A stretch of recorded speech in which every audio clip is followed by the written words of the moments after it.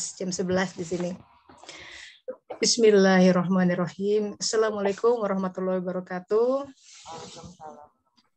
Sahabat-sahabat, iya, selamat datang kembali ke forum kajian online, kajian suluk online, gelombang ke-11 nih, pertemuan ke-19.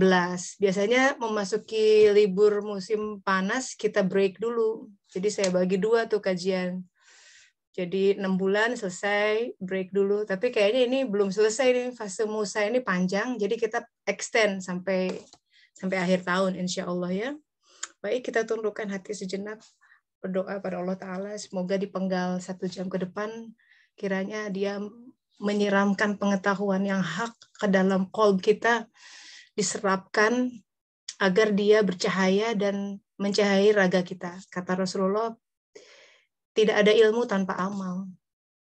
Jadi derajat kita punya ilmu itu ditimbang dari sebagaimana amal yang keluar. Kita bisa aja belajar kitab Sabar 1000 halaman dibaca gitu ya tiap hari. Tapi begitu dihadapkan dengan sesuatu nggak sabar, berarti ilmu itu belum dia miliki, baru nongkrong di akal pikiran. Nah, itu tuh kita butuh pertolongan Allah Ta'ala. Because there's no amount of training or whatsoever yang bisa menghunjamkan ilmu itu ke dalam diri, sehingga dia transformatif, berfungsi efektif, mengubah keburukan di dalam diri menjadi kebaikan. Dalam Al-Quran dikatakan kebaikan itu dari Allah Ta'ala. Nah, kita masih masuk penggal Musa alaihissalam. 2 minggu lalu kita belajar tentang ihwal, melepas kedua terompah gitu ya, kedua alas kaki, apa maknanya sudah kita coba bahas. Kita lanjutkan ya, kita baca suratnya sama-sama. Auzubillahi minasyaitonirrajim. Saya baca terjemahannya. Dimulai dari surat Toha ayat 12. Jadi sekuensnya adalah begini, ketika Musa alaihissalam masuk ke dalam lembah tua, di situ beraudiensi, dia mendengar suara Allah Ta'ala gitu. Nah, ini kemudian dialog yang direkam oleh Al-Quran ya. Waktu itu tidak ada orang di sana, tapi ini direkam di dalam kitab suci Al-Quran sehingga kita generation after that masih bisa mengakses peristiwa penting itu. Apa pesan Allah Ta'ala terhadap seseorang yang datang? Udah ini Musa tuh bisa begini tuh dibayar dengan jihad ya, perjuangan sejak dari Mesir, jalan kaki lama di gurun gitu ya, kelaparan, bekerja 8 sampai 10 tahun dengan Syuaib alaihissalam. Baru ini di granted sebuah liqa, sebuah pertemuan dengan Allah Ta'ala. Nah, bayangkanlah kalau kita bumikan ya pertemuan ini. Bayangkan kita bertemu figur yang sangat super duper penting di dunia, yang katakanlah setingkat presiden gitu, yang paling tinggi itu harus menembus sekian protokoler, ya nggak bisa begitu aja kulunun gitu, harus ada sekian, pasti ada sekian penapisan dari mereka sehingga memutuskan ya yang ini layak untuk ditemui. Dan katakanlah pertemuannya terbatas waktunya karena dia sibuk gitu ya si presidennya. Tentu di dalam pertemuan itu yang akan disampaikan adalah sesuatu yang paling penting. Dan Allah Ta'ala menyampaikan sesuatu yang paling penting untuk umat manusia. Apa itu? Kita baca di dalam ayat-ayat berikutnya. Jadi pertama, kalimatnya adalah, aku telah memilih engkau, akhtartuka, maka dengarkanlah apa yang diwahyukan kepadamu. Ihwal pemilihan ini, this is love story, sahabat-sahabat. Ini indah. Jadi, seseorang bisa beraudiensi itu benar-benar dapat Allah pilih. Kenapa Allah pilih? Sebenarnya di balik kata-kata ini, aku telah memilih engkau, ada sebuah kegiatan yang implisit yang tidak diucapkan. Tapi begini, ketika kita memilih barang, ya kan kita spend times dulu tuh untuk lihat-lihat, benar nggak? Nah, yang namanya memilih itu berarti kita sudah compare sama yang lain. Kita di pasar memilih jeruk, pasti kan pegang-pegang dulu yang lain. Enggak, kalau memilih itu bukan ngambil begitu saja. Jadi ada fase spending time. Di situ Allah Ta'ala spend time gitu untuk melihat kita. Itu yang luar biasa dari kalimat ini. Aku telah memilih engkau. Jadi ada semacam dia mengamati kita. Dan aku telah memilih engkau. Di surat lain dikatakan orang-orang beriman itu, orang yang dapat cahaya iman dalam hatinya, itu karena Allah pilih. Jadi kita itu, seseorang hanya bisa bertobat kalau dia dipanggil oleh Allah Ta'ala. Jadi awal itu dari dia. Dan tiba-tiba ada panggilan gitu. Jalannya macam-macam ya, tiba-tiba tersentuh oleh, kalau seorang Ibnu Arabi itu waktu mudanya pokoknya main kerjaannya gitu ya, perang-perang gitu, pokoknya nggak mikirin ibadah. Suatu hari dia melihat, karena dia temenan sama pangeran yang putranya raja, dalam hierarki kemasyarakatan dia tuh orang tinggi gitu ya. Tapi begitu sholat datang, dia tuh sangat tersentuh lihat dia sujud begitu khusyuk gitu. Sebentar dia bilang, nih kalau pangeran ini bapaknya tuh raja gitu. Dia sedang sujud kepada raja di raja. Demikian takzim. Aku ingin menyembah apa yang dia sembah gitu. Berubah. Banyak ya dalam kejadian orang menjadi terinspirasi, dapat hidayah gara-gara melihat nih ya, menyaksikan perilaku orang lain. Jarang yang dengar ini jadi berubah. Jadi dakwah Bilhal, menyampaikan kebenaran dengan perbuatan, itu lebih menghunjam sebenarnya, lebih tajam. Karena tanpa harus banyak berkata-kata ya, Kak, sholat, terus iya. Saya pernah, itu bisa bumerang. Saya punya klien karena ibunya rewel terus, katanya anaknya growing up malah rebel, aku nggak mau sholat ya kalau gitu. Nah, begitu pulang sekolah ditanya, udah sholat belum? Bukannya, hey, apa kabar hari ini? Sekolah gimana? Gitu ya. They don't care. Gitu. Dia bilang, mama saya nggak care tentang itu, yang dia care tentang sholat. Tuh, jadi bumerang. Padahal tentu ibunya ingin yang terbaik buat anak itu. Tapi dia nggak mempertimbangkan aspek psikologis manusia gitu. Bahwa manusia itu kompleks ya. Makanya sebelum didakwah itu, kalau Rasulullah tuh bilang begini, kalau kamu lapar dan waktu sholat datang, makan dulu. Gitu, sampai kayak begitu. Artinya begini, ada kesiapan ragawiah psikologis yang harus dipertimbangkan sebelum orang bisa menerima kebenaran. Itu. Nah, jadi kembali ke sini, aku telah memilih engkau, itu ada sebuah kedekatan Allah Ta'ala, sudah melihat itu. Nah, perjuangan kita, sahabat-sahabat, sebenarnya dengan semua kebaikan yang kita lakukan ya, dan kalau what I mean by kebaikan, itu keleleran di mana-mana. Begitu bangun, beresin selimut, itu kebaikan. Jadi tak ada satupun yang kita tidak bisa berbuat kebaikan, dan itu bisa jadi tangga agar Allah melirik kita. Itu dari awalnya itu. Orang kata Rasulullah menyingkirkan batu gitu ya, atau duri dari jalan, itu sesuatu yang lihat tuh. Dia berbuat baik. Nah, kalau Allah melirik, terus lirikannya lama gitu. Lama-lama dipilih, ditarik gitu. Dahsyat, hidup kita berubah, tercahayai 180 derajat.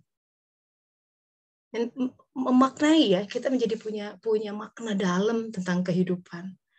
Tidak sekadar another Monday, hari ini, another summer. Hari-hari berlalu seperti tanpa makna. Kemudian batin menjadi kering, motivasi menjadi lemah gitu ya. Aku ngapain sih di sini? Nah, itu berarti dia belum memberikan sebuah cahaya yang untuk menjejakkan di hati kita. Karena sebenarnya bukan berarti fenomenanya salah ya, sama sekali tidak. Allah sudah mengingat. Kita yang belum bisa melihat what is this gitu. Kenapa aku di sini? Kenapa aku begini sekarang kehidupannya gitu. Sebenarnya there's nothing wrong with our life. Nggak ada sama sekali yang salah, tentu karena dia yang bikin ya takdirnya. Tapi cara pandang kita terhadap kehidupan itu belum benar duduknya. Sehingga banyak muncul keluhan, lemes terus gitu ya. Menghadapi hari itu jadi kurang semangat gitu. Apalagi ketika di tengah dirundung oleh sebuah prahara kehidupan, seolah-olah yang kita I wanna get out of this gitu ya. Tapi kan gimana dong kalau ayatnya bilang begini, apa yang kamu tidak sukai itu baik bagimu. Jadi apa yang kamu sukai belum tentu baik. Jadi dimentahkan itu pikiran kita tuh. Untuk apa? Artinya, sekali lagi, nanti nyambung ke ayat 14. Untuk kita bisa bersyahadah dengan sebaik-baiknya. Karena ketika Allah mengatakan, aku telah memilih engkau, sungguh, aku ini Allah, tidak ada Tuhan selain aku. Dan kalimatnya, sahabat-sahabat bisa lihat bahasa Arabnya ini, the most, intimate syahadah statement. Karena bukan inna Allah, inna Rabb, aku adalah Rabb. La ilaha illa, ada kan la ilaha illa anta, sebentar, ada yang copot.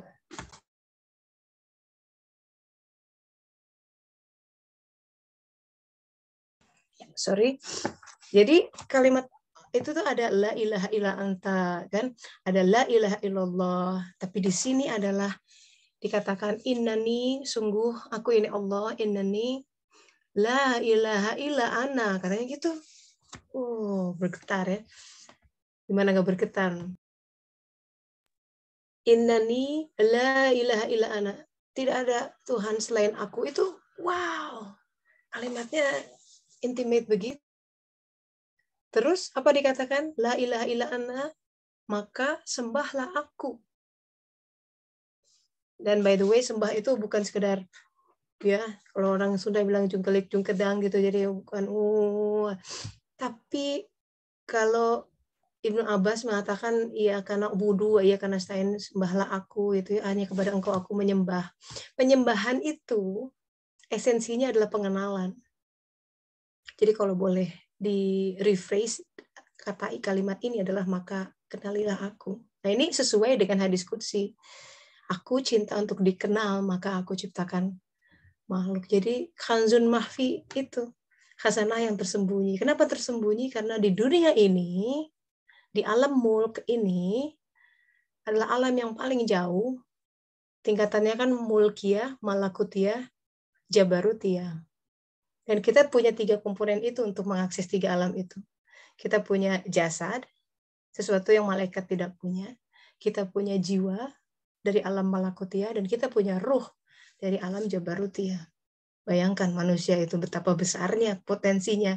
Jadi kalau alam mulk itu ya tidak sekedar bumi khatulistiwa atau sebumi yang kalau dibandingkan kalau kita lihat hasil dari foto James Webb itu ya teleskop angkasa itu ada jutaan galaksi, maybe billion, kita nggak tahu begitu. Kan ada teleskop baru dia akan menemukan yang lain. Dan bumi itu hampir nggak ada di situ konstelasi karena saking kecilnya. Itu mulkiyah tuh sahabat-sahabat. Potensi kita untuk mengenal alam. Jadi kalau kita tenggelam dalam kehidupan sekotak tempurung ini, sayang sebenarnya potensi manusia.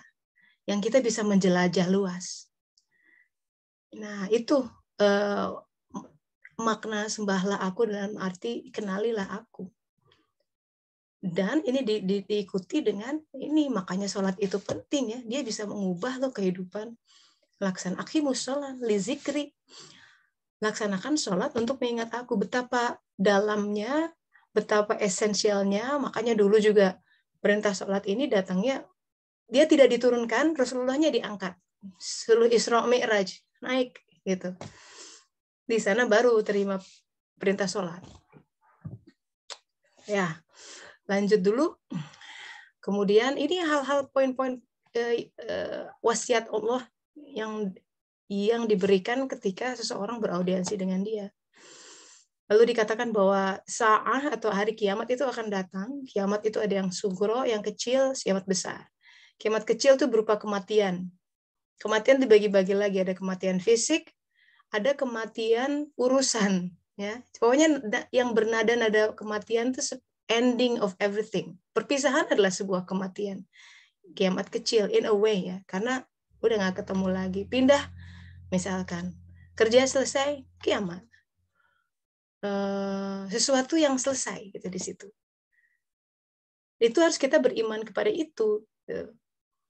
Dan tapi yang dikatakan di sini adalah kiamat besar yang dirahasiakan waktunya agar setiap orang dibalas sesuai dengan apa yang telah dia usahakan. Maka janganlah engkau dipalingkan dari kiamat itu oleh orang yang tidak beriman kepadanya dan oleh orang yang mengikuti keinginannya yang menyebabkan engkau binasa. Jadi kalau orang dibuat lupa oleh kiamat, ya hidupnya seenak dewe gitu, hidup nggak boro-boro ingat mengumpulkan bekal akhirat gitu. Itu yang dimaksud. Dia hidup seenaknya aja, pokoknya hura-hura ya, senang-senang, bergelimang tidak menolong orang, tidak berbuat amal soleh, nauzubillah min dzalik. Jangan engkau dipalingkan dari itu. Ya, itu generasi muda, ya teenagers, anak remaja yang masih mencari identitas, tuh kasihan tuh kadang-kadang dia melihat role modelnya itu dari Instagram, dari TikTok, yang kerjaannya kayak gitu ya. Let's paint $2,000 Gucci shoes gitu, kayak sayang sekali waktunya cuma dihabiskan scroll for hours. Di Belanda ada artikel rata-rata anak-anak itu main gadget, di depan gadget tuh 5 jam sehari. That's a lot. 5 jam kalau belajar piano ya, baca buku sejarah, dia bisa wow, dan itu tiap hari. Bayangkan. Itu tantangan kita tuh. Di zaman semua terserap, bangun tidur yang dilihat gadget dulu, sebelum sholat wudhu kalau bilang tunggu ya Allah ya, ntar aku ngecek pesan dulu. Nah kan seperti itu, kita pun harus berjuang gitu untuk keluar dari hisapan kayak addicted gitu in a way. Kalau nggak bawa handphone tuh ya kan suruh balik lagi tuh dia. Takut ada apa-apa. Nah kita lanjut ya. Oke, ayat berikutnya. Nah, ini tema hari ini adalah tentang tongkat ya. Jadi kalau waktu lalu adalah tentang 2 terompah. Ini simbolnya luar biasa sih, Al-Qur'an tuh dibilang tentang tongkat. Ini ayat 17. Ada kalimat yang menggelitik dari Allah Ta'ala. Disimpan di dalam satu ayat ini. Kata Allah Ta'ala begini. Setelah memberikan ini ya, dan aku telah memilih engkau, la ilaha illa ana, dan lain sebagainya. Allah Ta'ala bertanya, dan apakah yang ada di tangan kananmu, wahai Musa? Tuhan tuh bertanya gitu. Menurut sahabat, Allah tahu nggak yang di tangan Musa apa? Pasti tahu ya. Kenapa nanya-nanya gitu? Tapi ini disimpan dalam satu ayat, berarti ada sesuatu yang besar di situ. Dan apa yang ada di tangan kananmu, wahai Musa? Karena kalimat ini muncul agar ayat berikutnya menerangkan tentang apa itu tongkat. Dia Musa berkata, ini adalah tongkatku. Nah, kan kalimatnya tidak, dan tongkatmu itu. Wah, gitu langsung kata, enggak, ini Allah tuh selalu begitu ya, luar biasa. Penyampaiannya tuh poetik banget gitu. Dan menghargai kita manusia. Dia membuat dirinya humble, ya, himself gitu. Seolah-olah, dan apa yang ada di tangan kananmu, wahai Musa, coba bayangkan. Itu di situ akhlak dia ya, karakter Allah tampak tuh di situ. Coba rasakan kehanifan, ke halim ya, humble, halus gitu. Sangat menghargai gitu. Itu tampak di dalam satu penggal kalimat itu. Dan apa yang ada di tangan kananmu, wahai Musa? Musa berkata, ini adalah tongkatku. Aku bertumpu padanya. Dan aku merontokkan daun-daun yang dengannya makanan kambingku, katanya. Jadi tongkat itu sahabat-sahabat of all time, kalau boleh lihat ada tuh papernya siapa tuh tentang tongkat di masa ke masa. Itu simbol tinggi. Sampai sekarang dipakai ya. Kalau jenderal tuh megang tongkat. Kalau kita lihat ada 2 polisi jalan bareng yang megang tongkat, oh itu pangkatnya paling tinggi tuh. Lambang gitu. TNI, ABRI gitu, jenderal pegang tongkat. Harry Potter itu the wand itu kind of tongkat sebenarnya. Jadi tongkat itu pada zaman Musa itu sesuatu yang dalam kisah beliau ya, untuk penghidupan. Apa itu tongkat? Itu lambang ilmu. ilmu yang kita pelajari sejak TK, ya sudah diajarin ABC, sampai kuliah, sampai kerja. Itu tongkat. Artinya ilmu lahiriah. Karena di sini dikatakan untuk Musa, ya karena beliau waktu itu nggak ada pekerjaan IT engineer gitu ya. Jadi ya tongkat untuk merontokkan daun karena dia kan kerja sebagai penggembala. Nah, jadi kasab penghidupannya Musa adalah itu, dan tongkat menunjukkan kemampuan dia dalam berpenghidupan gitu. Ya mungkin buat kita ya degree gitu ya, S2, S3 atau apapun. Pokoknya kita sampai sekarang punya kemampuan tertentu, itu tongkat. Tapi yang menarik kita lihat di 2 ayat berikutnya, Allah mengatakan setelah itu, oh tongkat, lemparkan ia wahai Musa. Lalu Musa melemparkan tongkat itu, tiba-tiba ia menjadi seekor ular yang merayap dengan cepat. Kisah ini kita sudah tahu ya dari kecil, ada ular. Tapi ternyata sebelum bertemu Fir'aun, ihwal tongkat berubah jadi ular, itu sudah mulai didemonstrasikan ketika Musa berhadapan dengan Allah Ta'ala di Bukit Tua. Apa makna tongkat berubah jadi ular? Ini berkaitan nanti dengan tangan kanan Musa yang nanti harus dimasukkan ke dalam ketiak, gitu ya, dihimpitkan. Ketiak itu dekat sama dada dan dia bercahaya. Tangan kanan itu simbol dari pengetahuan akal dalam. Jadi ketika tongkat itu dilempar, akhirnya dia lepas dari pegangan tangannya, dia berubah jadi ular. Itu simbol bahwa ilmu-ilmu segede apapun, setinggi apapun, sekeren apapun, kalau dia tidak dipegang oleh akal dalam, jiwa, dia berubah jadi ular. Sesuatu yang destroying, mengerikan. Orang bisa pangkatnya profesor, tinggi-tinggi ya, pengetahuannya, PhD-nya bergelar menumpuk, dapat Nobel dan lain sebagainya. Tapi ketika dia tidak memberikan kontribusi untuk masyarakat dan pengetahuan itu tidak bermanfaat buat dirinya, itu adalah seperti tongkat yang berubah jadi ular. Atau nauzubillah, misal koruptor itu cerdas-cerdas tuh, karena dia tahu cara kelat-kelit nyembunyiin uang sana sini sampai nggak ketahuan. Pinter, tapi jadi ular kepintarannya. Nauzubillah min dzalik. Nah itu kemudian membuat kita mesti takut sebenarnya. Orang yang berpengetahuan itu, sahabat-sahabat, bukan orang yang tahu ini itu, pinter ini itu, ya. Kalau definisi Al-Qur'an ya, karena ya udah aja kalau hanya untuk ngurusin dunia ya habis di situ. Tapi fear is the beginning of knowledge gitu kata di kitab itu. Jadi orang makin takut, makin berpengetahuan, sebenarnya dia makin takut dalam kehidupannya. Makin tahu. Orang Sokrates tuh bilang, semakin aku tahu, aku tidak tahu gitu. Semakin dia mempelajari tuh, aku tuh nggak tahu apa-apa. Nah itu sampai ke sana. Haking dia tuh takut, dia tidak akan mengandalkan perhitungannya. Oh tenang, kita sampai 3 generasi beres, tidak akan kekurangan. Waduh bahaya tuh sampai kayak begitu. Guru saya tuh bilang gini ya, orang beriman itu ya, walaupun saat ini di rekeningnya ada 1 miliar, it's easy to get anything, dia tidak akan tenang, bahkan nanti malam aku bisa makan nggak ya gitu. Takut 1 miliar, wah itu bisa makan bertahun-tahun. Tapi kan dia tahu dengan keimanannya, dengan ilmunya, dia tahu Allah tuh bisa menjungkir balikan apapun dalam sekejap, sahabat-sahabat. Makar Allah itu hati-hati. Ya, kadang orang tuh bisa dibikin banyak prahara dalam kehidupannya gara-gara dia menelan sendiri perkataannya. Oh ini kan gampang, ternyata kejadian. Ya, saya sering sharing ya, kadang-kadang saya berpikir salah aja gitu, menggampangkan, bener terjungkir. Tapi alhamdulillah, berarti kan, kata Allah, ingat aku. Jangan kita tuh terlalu pede gitu dengan semua kemampuan kita.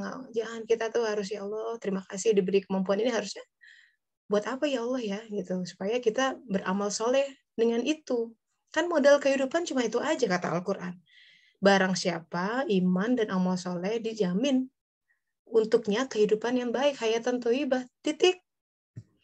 Jadi yang harus dicek adalah iman saya. Saya cari apa sih di dunia ini? Kalau makin bening, makin ikhlas, cari Allah, makin bersinar. Nah, sinar itu namanya nur iman ya.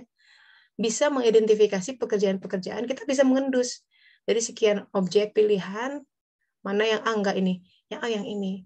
Nah, seperti itu. Iman bisa membantu mengidentifikasi kita, amal soleh kita dari saat ke saat itu apa. Gitu. Dan yang dimengatakan amal soleh itu bukan semata-mata harus bikin buku sekolah ini, itu nggak perlu begitu, tapi hal yang kecil seperti kecil tuh kata kita ya, karena itu tuh kecil apa tidak itu tergantung keikhlasan sebenarnya. Seorang ibu yang mengepel gitu ya, nggak lihat orang, si anaknya itu lalu lalang, tapi di situ dia zikir sesuai dengan yang Allah minta, dirikanlah aqimus shalah lidzikri. Dia tengah mengubah segala hal menjadi emas gitu.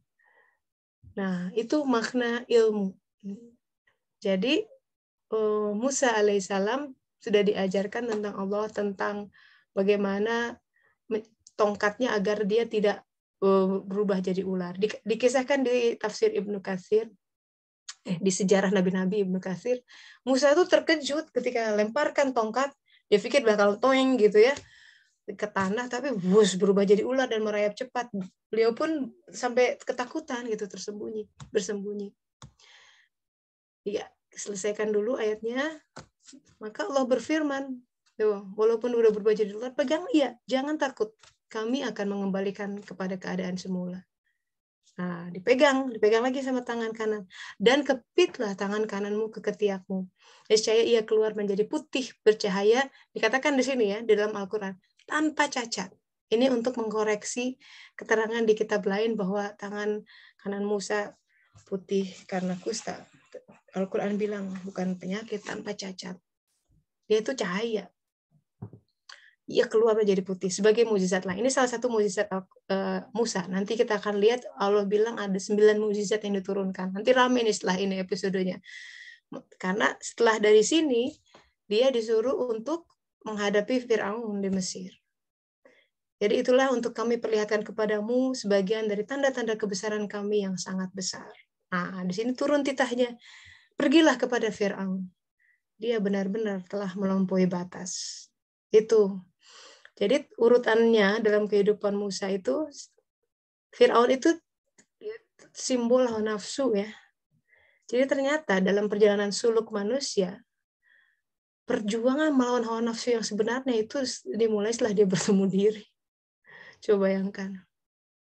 Makanya dikatakan awaludina ma'rifatullah, kata Rasulullah. Awal beragama itu ma'rifatullah.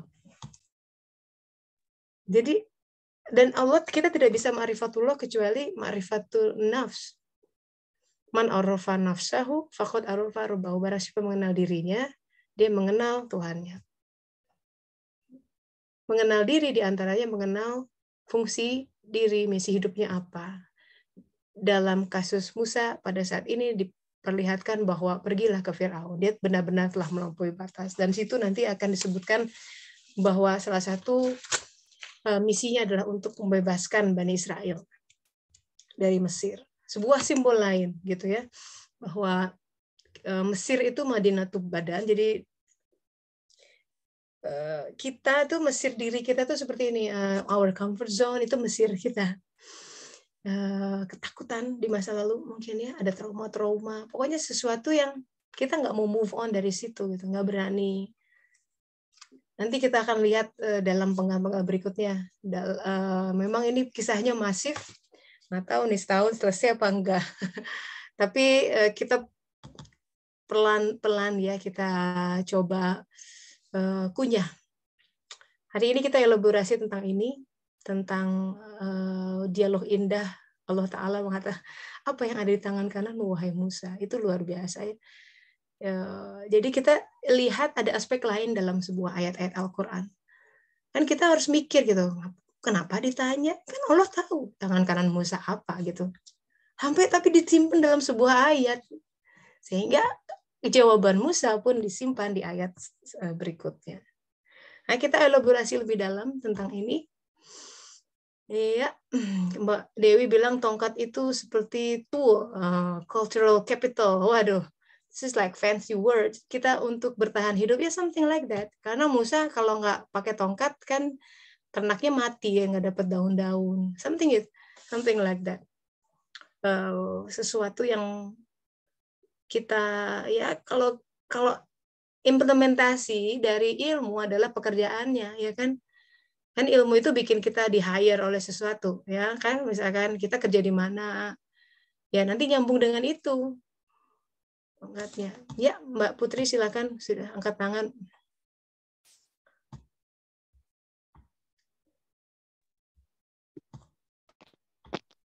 Halo, Assalamualaikum. Iya, Kedengeran nggak ya? waalaikumsalam. Kedengeran jelas. Waalaikumsalam warahmatullahi wabarakatuh. Ini teh kebetulan tuh saya di kajian yang lain juga lagi belajar ini tadabbur surat Toha, dan kemarin kayak benar-benar dapat power gitu habis belajar beberapa ayat. Tapi itu sebenarnya setelah ini kan sampai ketemu Firaun ya. Itu tuh kan waktu itu tuh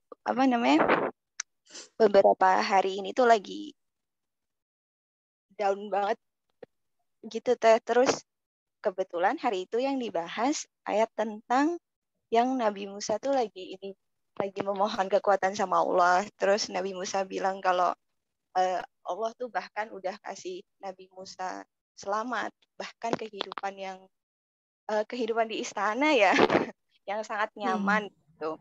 Terus Nabi Musa juga bilang kalau Allah bahkan sudah menyelamatkan Nabi Harun sampai Nabi Harun hidup di tahun di mana bayinya nggak dibunuh ya gitu. Jadi itu kayak apa sih namanya akhirnya sama ayat terakhirnya tuh, ini jadi benar-benar selama ini tuh pokoknya Allah tuh selalu nolong Nabi Musa gitu, selalu melihat Nabi Musa kan. Nah itu tuh jadi di hari itu yang saya sebenarnya lagi down waktu tuh jadi mikir, oh ya juga ya, aku juga udah jauh dari titik sebelumnya sampai di sekarang ini gitu. Jadi tiba-tiba merenungi perjalanan. Jadi oke, bismillah, pasti ya semoga nanti pasti sih ya nanti Allah kasih pertolongan yang lain sampai bisa menghadapi chapter selanjutnya. Iya, amin ya Rob. Alhamdulillah. Jadi kena ya maknanya. Ya, semua tidak ada yang kebetulan sebenarnya. Kenapa tiba-tiba Ustadznya membahas surat Toha gitu ya. Kita juga sekarang lagi masuk ke surat Toha. Nah, kisah Musa ini lucu, anehnya itu disebar itu dalam Al-Quran, tidak hanya di Toha. Nah, ini yang ini menggelitik sebenarnya. Ini cara Allah, kan intelijensinya tinggi sekali ya. Kita untuk mendekati dia itu, ini bukan kayak kalau di Bible lebih ini misalkan cerita ini terus dari awal sampai akhir di beberapa halaman titik lanjut. Beda ini karena firman Tuhan, jadi nggak linear bacanya. Itu yang menarik. Kenapa yang loncat-loncat ya kisah Musa? Kayak misalkan gini, ada surat namanya surat Yunus. Tapi di dalamnya tidak disebut satupun nama Nabi Yunus. Gitu tuh. Hal-hal seperti itu tuh kenapa? Karena kan urutan pun itu sesuatu yang Allah beri petunjuk ya para sahabat dulu. Kenapa urutannya dari Al-Fatihah ke Al-Baqarah. Nama suratnya pun sesuatu yang ditunjukkan. Tapi tentang Mbak Putri itu tadi ya, jadi begini sahabat-sahabat. Memang pernah ada kejadian kehilangan barang nggak, sesuatu yang kita handphone misalkan atau apa yang kita tuh atau dompet ya di dalamnya ada kartu semua, itu kan bikin kita gitu, kayaknya tuh kayak ada yang dirampas. Saya beberapa kali kecolongan tuh di Bandung, di Amsterdam ya, handphone dompet dicopet gitu, aduh itu nggak enak banget kan ya. Ketika dompet tuh hilang, aduh keringat dingin, mana pulang harus bayar dan males bikin kartunya gitu, takutnya disalahgunakan orang ya kan, harus diblokir, so many things. Pokoknya getar lah itu hati itu biasanya kalau udah hilang dompet, itu harus banyak istighfar. Tapi kemudian tiba-tiba ada orang kucuk-kucuk datang, bayangkan ya, dan bilang, ini dompet kamu bukan. Bahagianya kayak gimana? Benar nggak? Terus orang ini, saya kasih duit. Kan kayak gitu. Nah, imajinasi itu, sahabat-sahabat, itu Rasulullah tuh bilang begitu.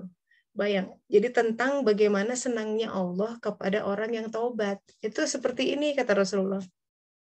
Seorang pengembara melintas gurun pasir. Lengkap, unta, di untanya tuh serombongan, beroyongan tuh, ada air, makanan, semua ada di situ, pakaian. Ketika dia bangun, untanya hilang. Dia masih di tengah gurun. Itu berarti mungkin mati tuh kalau udah nggak nemu. Wah, untanya hilang. Dia sempat jalan, terus tiba-tiba dari jauh, untaku gitu. Coba bayangkan gembiranya. Kata Rasulullah gini, dan Allah tuh lebih gembira ketika ada seseorang yang pengen mulai ngaji, misalkan mulai tobat. Itu tuh ya, ya ampun hambaku, dia balik lagi sama aku gitu. So, saya bersyukur ya. Jadi kalau sahabat-sahabat masih ikut pengajian dimanapun ya, itu sesuatu loh, sesuatu banget loh. Karena ada, kok mau orang lebih banyak yang nggak mau ngaji ya. Kok betah gitu dengerin ustadz ngomong gitu. Kok betah buka Quran, buku-buku agama. Itu tuh ada sesuatu loh di situ. Kalau kita lihat kaidahnya pemilihan ya, dia yang awal melirik tuh dia, lirikannya itu powerful, lirikan yang maha kuasa ya, baru ngelirik tuh bikin kita jadi bergerak gitu. Seorang sufi, Abu Yazid, mengatakan begini, aku salah gitu. Selama ini aku pikir aku mencari dia, tapi ternyata dia yang lebih mencari aku. Wow. Jadi orang yang sudah mulai taubat, makanya salah satu dari 8 tanda taubat adalah nomor 1, dia menjadi gairahnya menjadi besar mencari ilmu Allah, ilmu agama. Siapa dia gitu ya? Dan itu hadis Rasulullah, dia lahap gitu ya, karena orang yang paling dekat sama Allah itu Rasulullah SAW. Rasulullah SAW. Makanya makomnya tinggi kan? Dia yang paling, kalau pengen tahu tentang seorang, deketin itu. Dan nabi-nabi itu pengejawantahan dari beliau gitu. Jadi makanya walaupun misalkan setengah jam lagi nyawa kita akan dicabut, carilah ilmu. Karena kalau ilmu itu yang hak, maka akan menambah cahaya di alam berikutnya. Selain itu kalau niat kita memang mencari Allah, akan dibalas. Balas jelas lah. Jadi jangan kecil hati kalau aduh aku jauh ya, pengennya berguru. Jangan, nggak usah bilang itu. Yang mengajari itu Allah Ta'ala. Guru-guru dikirim sama dia. Orang zaman internet lewat online juga bisa. Ya, ingat kisahnya Tirmizi, dia nggak bisa sekolah tuh karena ngurusin ibunya yang sakit, sedih. Tapi Allah tahu dia pengen mencari ilmu. Yang dikirim siapa? Nabi Khidir. Sahabat-sahabat, dalam kitab Sirur Asror karya Syekh Abdul Qadir Jailani dikatakan ada orang yang meninggal. Tapi di akhir hidupnya itu dia gemar mengaji gitu, gemar mencari pengetahuan, gemar menuntut ilmu. Kemudian dia mati dalam keadaan itu, ada kegemaran menuntut ilmu. Ketika dia meninggal, itu belum ma'rifat kondisinya. Apa yang Allah, jadi kematian bahkan tidak menghentikan Allah untuk mengajari hambanya. Ini luar biasa. Apa yang dilakukan? Allah katanya di situ mengirimkan ke alam barzahnya, alam kuburnya, malakain dikatakan. Di situ terjemahannya 2 orang malaikat, tapi yang disebut malakain, malak itu penghuni malakut. Jadi jiwa-jiwa yang sudah meninggal, badannya udah selesai, tapi jiwanya itu ada malak, kaum malak disebut. Jadi sebenarnya nabi-nabi bisa ngajarin orang itu. Di sini kita nggak diajarin nabi-nabi ya, tapi misalkan orang tua kita tuh di akhir hayatnya ya jadi senang belajar, alhamdulillah. Mungkin sekarang lagi diajari di alam barzahnya. Jadi sehingga saat kiamat nanti udah dibangkitkan lagi, kita semua kiamat kan, dan kemudian dibangkitkan, dia sudah jadi seorang alim dan seorang arif ma'rifat. Begitu. Luar biasa ya. Ini supaya kita tidak surut semangat kita untuk mencari ilmu. gitu. Jadi Allah tuh mengirim guru-guru dimanapun, dia tidak terhalang kuasanya di alam manapun. Tapi begini, kalaupun seseorang dikatakan pintar, ya, tahu banyak hal, tapi jiwa ini yang penting tuh jiwa pencarian. Siapa aku, siapa Allah gitu. Apa yang dicari? Jadi bukan hanya sekedar menikmati, oh pintar-pintar, kemudian wah gara-gara itu aku didaulat bicara sana sini, tapi sebenarnya dicari kekayaan. Kan Allah yang tahu. Dia belajar itu untuk apa? Maka sejatinya orang yang seperti itu bukan mencari ilmu. Walaupun jenggotnya panjang, misalkan ya, atributnya seperti orang yang soleh, tapi yang tahu isi hati Allah Ta'ala. Nah, kalau seseorang meninggal dalam keadaan tidak ada gairah untuk mencari ilmu, maka ya Allah tidak akan mengirimkan malakain, 2 utusannya untuk mengajari si hamba menjadi seorang arif. So, death is not the end of everything. Itu hebatnya untuk kita selalu menjaga, keep the flame going gitu. Semangat untuk mencari ilmu itu selalu membara, haus ilmu. Tiap hari tiada hari terlewat kecuali kita harus baca Al-Quran, harus baca buku yang menambah pengetahuan kita tentang siapa dia. Dan Rasulullah mengatakan begitu, manusia itu tidak akan pernah puas oleh 2 hal. Pertama, ada 2 jenis manusia, yaitu ahli dunia. Dia tidak akan puas oleh harta dunia. Hingga katanya tanah mengisi mulutnya, artinya hingga dia mati. Udah nggak ada lagi, kayak udah selesai. Tidak ada keinginan. Jadi dulu, saya pernah seorang presiden direktur ngomong begini. Dia menapaki karirnya, jadi pindah dari Jogja ke Jakarta, dimulai karirnya dari salesman, tinggal di kos-kosan gitu ya. Dia bilang dulu gaji saya 1,5 juta dari gaji awal. Cukup aja tuh dengan 1,5 juta dengan gaya hidupnya dia. Sekarang waktu itu ya, waktu tahun 2000-an itu gaji dia hampir 100 juta. Gaji seorang presiden direktur. Gaji doang tuh belum termasuk bonus.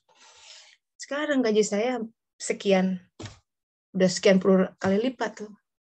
Tapi karena lifestyle-nya berubah, jadinya pas-pasan juga. Jadi dia bilang, iya karena kalau orang sudah biasa 1,5 juta, dia akan bayar makan juga diatur lah di warteg, ya kan? Nggak di hotel berbintang dong. Dia udah tahu diri, dia menyesuaikan. Tapi orang tuh kan selalu pengen itu, pengen naik, gaji sekian, pengen naik sekian, terus gitu. Tidak ada akhirnya. Udah punya mobil ini, lihat ada iklan baru, pengen itu. Nah, kalau dia disebut ahli dunia, nauzubillah, jangan sampai kita jadi ahli dunia ya. Yang sasaran pandangannya itu kebahagiaan sumbernya hanya ke dunia. Itu tidak akan pernah puas sampai dia mati. Mendingan kita jadi orang yang kedua yang Rasulullah katakan. Yang kedua itu ahli ilmu. Dia tidak akan puas dengan 1-2 ilmu, tapi dia akan terus belajar. Dan kalau udah ahli ilmu seperti ini, dijamin di sana nanti diajarin terus. Bahkan di surga ya, coba baca Al-Quran. Kegemaran penghuni surga katanya itu membaca suhuf-suhuf. Coba bayangin, belajar di sana tuh. Bukan on the beach lying gitu. Jadi karena kita mendekati dia yang laisa kamislihi syai'un, yang tidak terjangkau dengan apapun, maka nanti dikatakan kamu nanti akan di sana ya melihat surga yang mata kamu tidak pernah melihat itu, telinga kamu belum pernah mendengar itu, gitu. Kan nggak kebayang. So it's an exciting journey ahead of us. Jangan berhenti di sini. Sini tuh cuma dalam tanda kutip ya. There's a role to play, sahabat-sahabat. Di dunia ini kita dibatasi oleh kadar-kadar kehidupan. Sesuatu yang kata Rasulullah 120 hari ditentukan bahagianya, sedihnya, jodohnya, usianya, semua. Jadi kita ada di titik ini sekarang tuh sudah dalam pengaturan Allah Ta'ala yang terbaik gitu. There's nothing wrong with our life. Tapi pemaknaan kita, interpretasi kita dengan hidup, itu yang membuat kita, hidupku kok begini gitu ya. Cuma begini. Nah, itu kalau udah cuma, ya udah Allah you belittling gitu. Jadi sudah mencampakkan apa yang sudah dikreasi dengan baik-baik oleh dia. hikmahnya tidak akan kena. Al-haq apalagi. Sehingga mutiara-mutiara yang dia simpan, itu dia tidak ambil. Dan itu adalah al-haq, kadar kebenaran. Di yaumil akhir nanti, timbangannya adalah kebenaran.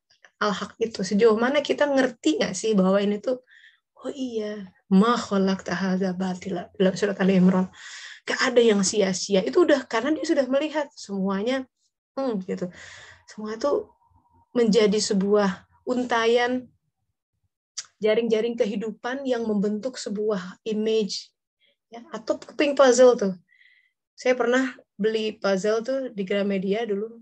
Gambarnya bagus, Sistine Chapel tuh. Aduh, ada Plato, Socrates. Wah, I'm so excited about it. 1.000 pieces kalau nggak salah. 1 piece hilang. Aduh, itu bikin enak banget. Dan untungnya bukan yang bergambar ya, ada di ujung kiri gitu. Jadi tembok, bagian tembok. But still, 1 pieces nggak ada tuh nggak lengkap gitu. Bayangkan. Itu ya, itu buat saya ayat sebuah gambaran bagaimana cara Allah memberitahu hidup kita nggak bisa membuang 1 keping pun episode dalam hidup kita yang kalau itu dibuang, makna kita jadi hilang. Gitu. Jadi tidak whole, jadi tidak utuh. Dan kalau tidak utuh, walaupun kita bisa melihat gambaran yang lain, it's not perfect. Akan ada 1 gap gitu yang, karena kita tutup mata misalkan menolak itu, ada perasaan yang tidak sempurna di situ. Dan itu adalah sebuah azab in a way ya, sebuah nggak enak gitu perasaannya, gitu. Coba lihat ada yang kirim lewat chat, punten mau izin keluar ya, silakan. Jadi gitu sahabat-sahabat ya, jadi cari ilmu adalah sungguh-sungguh sebuah rahmat Allah Ta'ala kalau kita masih ada semangat ya, kegemaran mencari ilmu. Tapi jangan puas, apalagi berbangga diri gitu. Sebenarnya gini, tidak mungkin Allah melempar gairah mencari ilmu, kecuali Allah tuh ingin memberi kebaikan di situ. Karena dari ilmu itu akan terbuka sesuatu tentang dia, tentang tindakannya. Jadi kita mulai paham tentang pengaturan, pola-pola pengaturan dia. Oh, dia tuh gini ya tahapannya Al-Quran. Makanya kalau orang nggak baca Quran, berat ngadepin kehidupan. Itu peta kehidupan soalnya. It's like dia masuk ke rimba tanpa tahu, berputar-putar di situ. Padahal tujuannya ke suatu tempat. Dan dia akan lebih mudah kalau ngikutin peta yang ada. Follow the river misalkan. Dia nggak tahu utara, selatan. Kan repot. Sedangkan malam akan mulai datang. Malam tuh ya kiamat tadi, kematian. Udah malam, gelap, dia nggak bawa bekal, waduh. Nauzubillahi min dzalik. Dan akhirnya sahabat-sahabat, ilmu yang kita pelajari itu adalah untuk beramal. Untuk membuktikan bahwa ya benar nggak sih, tambah sabarnya, tambah tenangnya, tambah nggak cerewetnya gitu ya, tambah nggak misuh-misuhnya gitu, tambah lebih cepat memaafkan dibanding dulu. Kalau dulu tuh ya Allah, kalau sama pasangan berhari-hari bisa nggak ngomong, sekarang wah jadi hitungan jam lah gitu. Ada perbaikan setidaknya. Kalau nanti lama-lama nothing can touch us gitu. Kalau makin terang hatinya, makin lebar dan soldernya makin lapang, itu seperti samudra, dilempar apapun tenang. Tapi kalau airnya cuma segelas, dilempar kelereng itu udah beriak gitu ya. Dan sementara sekali lagi kapasitas kolb hati kita itu luar biasa besar. Dikatakan begini, ada perbandingan antara ini kan alam mulkiyah yang si James Webb Teleskop tangkap itu baru mulkiyah, belum malakutiyah, belum jabarutiyah. Nah, kalau Allah katakan Rabbul Alamin dalam Al-Quran, Rob Tuhan alam-alam, itu udah mulkiyah, malakutiyah, jabarutiyah. Semua alam terjangkau, tercakup di situ. Nah, dikatakan Arsy Allah itu dibandingkan dengan kursinya gitu, seperti cincin yang kalau ditaruh di atas kursi Allah itu, arsy-nya besar sekali. Nah, arsy sudah luas ya, dan dikatakan kalau dibandingkan dengan qalb manusia, si arsy yang sudah super duper luas itu balik lagi seperti cincin di atas diletakkan di padang Sahara. Cincin cuma segitu, padang Sahara sekian luasnya. Artinya ada kapasitas hati kita untuk menangkap. Ya, tadi Mbak Putri bilang, oh dia menangkap. Ada hal yang beyond that gitu. Nah itu gunakan tuh. Itu maksudnya. Kapasitas hati kita tuh jauh lebih. Itu kekuatan akal ya. Dia bisa menembus. Kalau cuma sekedar fenomena, ya akal ini cukup. Sebab akibat tercatat, terobserve, gitu ya, metode ilmiah, ya cuma akal ini aja udah cukup. Tapi kan kita tuh butuh makna gitu, butuh mengerti, butuh visi, butuh merangkai semua puzzle yang ordernya bukan hanya 10 tahun, 20 tahun, bahkan berabad-abad. Karena kita belajar dari kisah nabi-nabi ini sudah order berabad-abad. Kenapa penting belajar? Karena ada dalam Al-Quran. Dan Al-Quran ini panduan kita. Jadi kalau kita merasa, kan dengan ini kita hari ini belajar, oh tongkat itu begitu ya, gitu ya. Jadi there's another meaning to that. Dan itu butuh akal, butuh imajinasi yang dalam.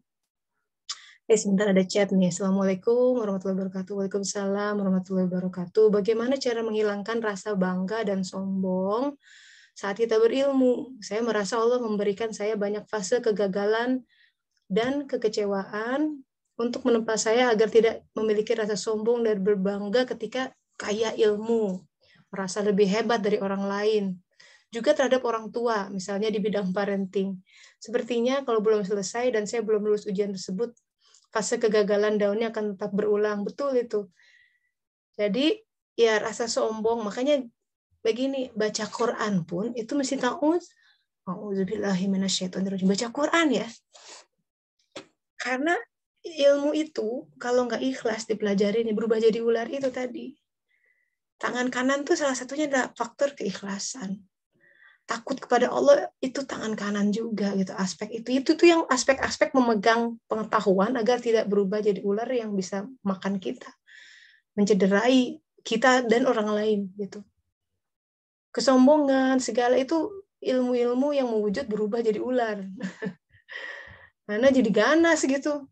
Berilmu tapi kok dengan ilmunya dia merasa diri lebih tinggi dan meremehkan orang lain. Nah, itu ilmunya sudah berubah jadi ganas tuh. Seharusnya ilmu yang bermanfaat itu yang dicari jadi tongkat. Tongkat itu bermanfaat bukan untuk getok orang gitu kan. Dia cari daun, cari apa. Jadi sesuatu yang bermanfaat untuk kehidupan diri dan keluarga dan sekitarnya. Jadi rahmatan lil alamin. Bagaimana untuk tidak mencegah itu? Itu dia minta auzubillahiminasyaitonirrajim, doa di awal waktu. Jadi sebelum baca buku, kadang-kadang gini ya sahabat-sahabat, adab-adab kecil dalam keseharian itu bisa membuat the whole different thing, hal berbeda. Contoh, kita ngambil Al-Quran nih, nggak serampangan, lagi tiduran, seloyoran dibuka Al-Quran sambil ngupil, wah itu adabnya kan kurang. Quran tuh sebelum dibaca wudhu dulu, ya, duduk Quran Bismillah sebelum dibuka nih Bismillahirrahmanirrahim. Ada yang begitu tuh di kepala diginiin, dicium dulu. Allah lihat tuh kayak begitu tuh. Jangan sepelekan hal-hal yang mengandung adab ya, karena itu datang dari adab sih.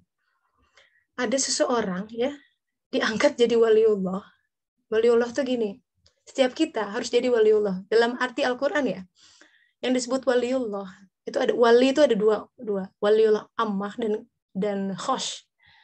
Waliullah umum itu definisi waliullah orang yang Allah jaga. Kita semua harusnya jadi orang yang Allah jaga. Kalau Allah jaga, tuh ya hebat tuh penjagaannya. Bahkan terhadap threats yang kita pun nggak ngelihat itu udah dijagain. Kita nggak paham bahwa itu sebenarnya ada sesuatu yang threatening kita gitu. Itu penjagaan Allah hebatnya seperti itu. Nah, dia tuh lagi jalan menemukan secari kertas, ada Quran, kan kita suka gini ya, makan kacang tuh ya misalkan ya, kan dari kertas itu. Kadang dia dari kertas, mungkin juz amma atau apa ya, Iqra buku, kan itu ada Allahnya gitu. Ada lafaz Allahnya, itu dia selamatkan. Dia ambil dari debu di tanah, orang injak-injak mungkin nggak tahu. Wah, dengan ketakziman hatinya tuh dia selamatkan itu, dia bersihkan, kasih parfum, simpan di tempat yang tinggi. Cuma gara-gara itu. Ya tentu saja itu tuh muncul tuh karena dia sudah punya ketakziman sebelumnya, biasanya begitu. Nah, jadi sebelum kita belajar, buka buku apapun ya, apapun buku atau bukan buka handphone tuh, sebelum kita baca kita nggak tahu informasi kadang-kadang di Facebook apa informasi yang masuk itu jadi racun apa enggak. Ya kita harus bertahu gitu, auzubillahiminasyaitonirrajim, bismillahirrahmanirrahim, udah gitu baru buka email, bismillah. Hal-hal seperti itu Allah ganjar dengan sebuah penjagaan, dengan sebuah inspirasi, dengan sebuah ya hal-hal yang tinggi gitu. Jadi begitu Mbak, boleh dicoba tipsnya untuk mencegah kita dari sombong, ya kita bilang, ya Allah, minta gitu di awal waktu, saya ingin belajar, saya ingin menuntut ilmu, lindungi hamba dari sifat ujub gitu ya, takabur, sombong. Itu Mbak. Barangkali ada yang lain mau langsung unmute lagi, monggo. Kita masih ada waktu satu lagi. Bertanya, Mbak Tesya boleh bertanya? Boleh, Bu Lita. Silakan. Maaf tapi ya ini sambil mobile. Iya, nggak apa-apa. Assalamualaikum warahmatullahi wabarakatuh. Kebetulan Mbak Tessa kita membahas soal mengenai ilmu pengetahuan ya. Tadi pagi saya baca gitu loh. Ada satu artikel di surat Al-Baqarah bahwa jadilah orang bertakwa, maka Allah akan beri petunjuk dan ilmu pengetahuan. Gitu kan. Sementara tadi Mbak Tessa jelaskan bahwa untuk mencari guru itu kan Allah juga yang berikan. Gimana nih buat kayak saya sendiri yang belum masih proses belajar, belum punya guru, bertakwa juga, jadi orang bertakwa masih jauh, tapi keinginan belajarnya tinggi gitu. Biar Allah beri petunjuk dan ilmu minimal ilmu pengetahuan lah, karena ilmu pengetahuan itu membuat kita jadi tahu dan paham ya akan segala sesuatu harus seperti apa. Kalau menuju takwa dulu juga itu proses yang panjang dan sulit ya, walaupun pertaubatan itu juga sampai akhir hayat gitu Mbak Tessa. Mohon pencerahannya, tapi kalau saya salah mohon maaf itu pemahamannya. Terima kasih. Wassalamualaikum warahmatullahi wabarakatuh. Waalaikumsalam warahmatullahi wabarakatuh. Ya itu memang auzubillahiminasyaitonirrajim, wattaqullah wa yu'allimukumullah. Bertakwalah, Allah akan mengajarimu. Allah yang mengajari tuh. Disebutkan nggak ada perantara. Hebatnya Islam nggak ada perantara. Wattaqullah, hati kita takwa. Dan takwa itu begini ya, simple sebenarnya. Jadi kita term-term Al-Quran, jadi dia lapisannya banyak gitu. Kalau kita ada yang paling tinggi ya, tapi supaya kita tidak kecil hati. Jadi salah satu pilar utama takwa adalah ini. Contoh ya, orang udah mulai takwa apa belum? Lihat tawakalnya. Itu ciri orang dia makin menyandarkan hati, menyadarkan diri, menyadarkan kehidupannya, bukan pada gaji, ya, bukan pada gelar, bukan karena disokong oleh pasangan, penyandaran hati sama Allah Ta'ala, titik. Itu pun harus ditelaah tuh. Kadang kita yang ini, kita percaya sama Allah, yang lain percaya sama ustadz. Ustadz bukan Allah. Kadang kita ngirim, oh anak saya kirim ke sekolahan itu, pesantren keren. Insya Allah ilmunya terjamin. Nah, itu terpeleset tuh kadang-kadang di situ. Nanti suka ada musibah gitu, nauzubillah min dzalik. Dalam Al-Qur'an sahabat-sahabat yang kayak gitu-gitu tuh diterangkan. Nabi Yakub sampai harus memerankan seorang nabi ya. Memang nabi-nabi itu kadang harus memerankan terpeleset gitu. Dan itu sering dianggap sama pengikutnya, kok Nabi begini ya? Memang dia harus memerankan itu gitu. Seorang Nabi Yunus yang mutung misalkan, kamu harusnya ke negeri sana, ke Nineveh. Terus dia mutung, wah enggak naik perahu, perahunya kena badai dan dia dimakan paus. Nah, kayak gitu-gitu tuh. Tapi hikmahnya jadi besar. Nah, Yakub alaihissalam ketika Yusuf dikatakan diajak kakak-kakaknya keluar ya berjalan berkelana gitu, dia tuh sayang banget sama Yusuf ya, anak bungsu, cahaya mata, pokoknya yang paling baik. Dia bilang gini, dia menitipkan Yusuf kepada kakak-kakaknya. terplesetnya di situ sedikit ya. Jagain ya adikmu. Dan dia hatinya mah, tenang, ada kakak-kakaknya. Kemudian kejadian malah kakak-kakaknya itu sendiri yang menjerumuskan dia ke dalam sumur. Jadi kalau Bu tanya tadi boleh tuh gimana dong, saya takwa tuh kayaknya tinggi ya. Konsepnya kita sebenarnya balik aja lagi. Hati kita tuh sedang bersandar kemana? Itu tanda takwa itu tawakal. Gampang kok, kita bisa mulai evaluasi maksudnya. Kasih aja suatu penggambaran ya. Kalau katakanlah suami saya nggak ada, misal ya, apalah kalau kerjaan saya hilang, kalau bisnis saya kolaps, kalau apapun yang kita sendiri yang bisa mengidentifikasi hati kita lagi nyandar kemana. Kalau tabungan saya habis misalkan, saya bergetar nggak atau masih tegak hati saya? Karena itu dulu Ustadz waktu saya di Purwakarta bagus banget. Contoh, kalau mau pengen tahu katanya, kita mempertuhankan sesuatu itu pakai ini, 2 pertanyaan ini. Adanya membuat kita tenang, tidak adanya membuat kita gelisah. Nah, sekarang satu persatu sematkan di situ. Jabatan, pekerjaan, uang, ya kan? Sejauh mana kadar kegelisahan kita, itu berarti makin kita lagi bersandar ke situ tuh. Kalau hilangnya nggak ada, benar kita, saya tuh begitu melekatnya gitu ya, tawakalnya ke situ. Karena kalau tawakal Allah, segala sesuatu innalillahi wa inna ilaihi raji'un. Lewat-lewat aja. Kata Ali gini, dunia itu boleh di tangan kita, tapi jangan di hati. Kita boleh main dia punya ini, punya itu, tapi nggak ke hati. Nah, itu yang tidak mudah tuh. Sama sekali tidak mudah, butuh bimbingan dan pertolongan Allah Ta'ala. Nah, jadi untuk mencapai wattaqullah wa yu'allimukumullah, berarti sebenarnya setiap orang punya akses langsung diajarin Allah Ta'ala. Itu hebatnya. Mau dimanapun, tanpa perantara. Perkara nanti ditunjukkan pada ada guru, pembimbing, ya, mursyid, misalkan, itu kan dengan izin Allah Ta'ala. Ya, kapan baiknya, ya Allah yang Maha tahu. Atau nanti langsung gitu ya, ada juga yang seperti tadi dikatakan di surah Asrar, dia tetap belajar nanti di sana diajari oleh nabi-nabi, bisa malaikat yang ngajarin gitu. So, tenang aja, kita Allah Maha tahu. Kalau kita memang ikhlas mencarinya, hal yang paling mustahil adalah dia tidak membalas gitu. Gak mungkin. Karena filosofinya adalah kita mencari dia karena dia duluan mencari kita. Jadi tidak mungkin bertepuk sebelah tangan. Tidak mungkin. Cuma begini, ketika seseorang ditarik oleh dia, mendekat. Ditarik ya, mendekat.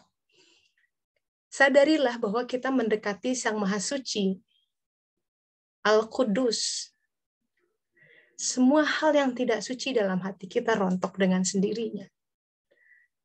Kadang ada kecintaan yang tidak baik, ya itu dirontokkan. Fenomenanya, dunianya jungkir balik tuh. Nah, kadang itu di situ ujian kecintaan. Masih mau deket aku enggak? Semua lepas. Ya Allah, ya Allah. Labbaik Allahumma labbaik. Datang terus. Itu akan diuji dengan waktu. Do we really mean what we say? Kita benar-benar punya azimah enggak? Tekad kuat. Aku pokoknya pengen ketemu Allah. Pengen deket sama Allah Ta'ala. Apapun ku bayar. Gitu. Only time can tell.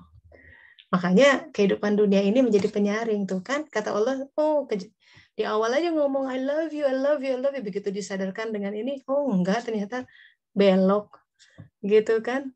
Allah jadi akan melihat kualitas-kualitas hati seseorang melalui penggal-penggal episode dunia ini. Makanya buat kita senantiasa udah cek lagi lah hati apa yang saya cari, minta sama Allah, ya Allah aku mohon diberikan hati yang ikhlas gitu. Hati yang tidak mendua, gitu. Hati yang hanya mengharapkan ridho-Mu, itu harus diminta. Karena kalau dia jaga, semua insya Allah akan beres. Begitu ya, semoga bermanfaat. Besok, minggu depan masih bisa lah ketemu sebelum saya liburan. Off grid, nggak ada internet. Baik sahabat-sahabat, kita tutup dengan doa akhir majelis ya. Subhanaka Allahumma wa bihamdika asyhadu an la ilaha illa anta astaghfiruka wa atubu ilaik. Alhamdulillahirabbil alamin. Semoga bermanfaat. Mari kita melanjutkan lagi kehidupan ya. Semoga tuh tongkat-tongkat dipegang supaya tidak jadi ular. Ya, semoga Allah melindungi kita semua. Terima kasih untuk sharingnya, partisipasinya. Semoga Allah Ta'ala mengganjar kita dengan ilmu yang hak. Saya pamit dulu. Assalamualaikum warahmatullahi wabarakatuh.